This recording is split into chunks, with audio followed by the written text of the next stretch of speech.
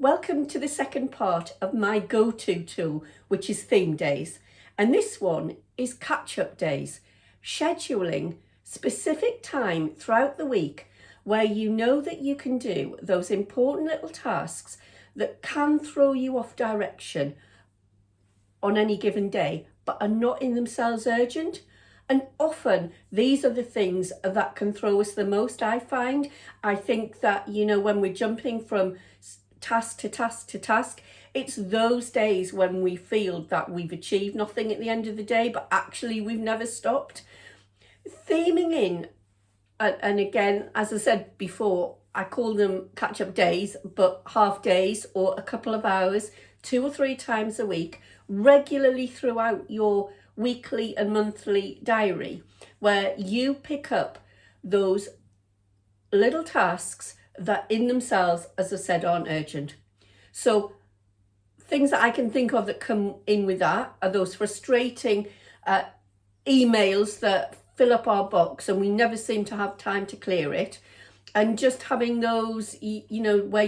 that when I've got my catch-up period, I'm just going to go on to the emails and check that I haven't missed anything urgent and clear what's there, answer anything that needs answering. It might be that you you've got a couple of relatives that you want to give a call to and just check that everything's okay. As I've said before, I'm not suggesting you put off urgent ringing of relatives if there's concerns or safety issues, but those catch-up calls where their relative hasn't been in for a few weeks and you just want to give them an update on how things are. It might be that you slot in your weekly or bi-daily review of the rota to make sure all is well. And I think when I use this technique, it has 2 main benefits. First of all, it records all those ad hoc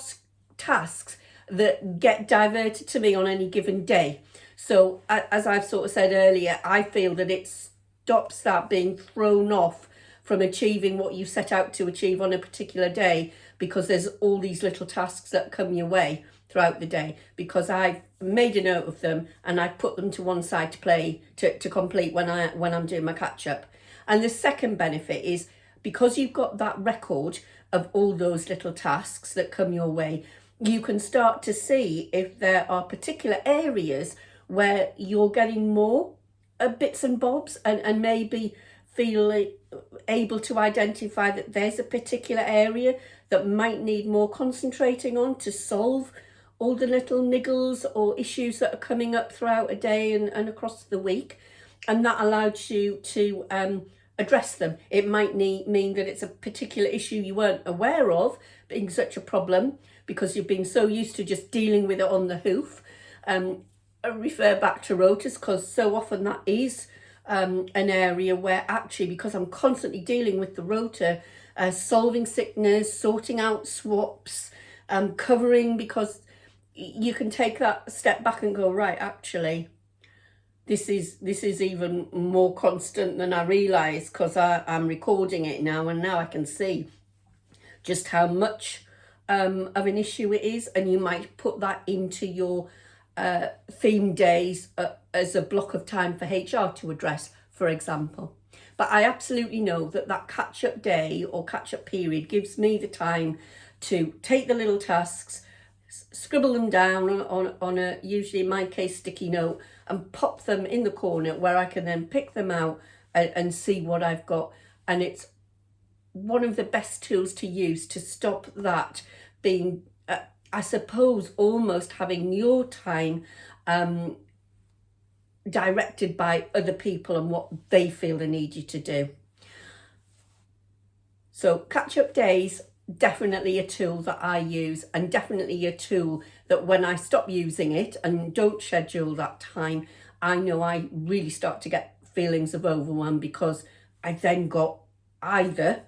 the fact that I've gone through a whole day, done all of these bits and bobs, but actually not done what I set out to do in the first place, or I feel that I'm just overwhelmed because I've got all this stuff to do. So give it a try. I find it really helpful.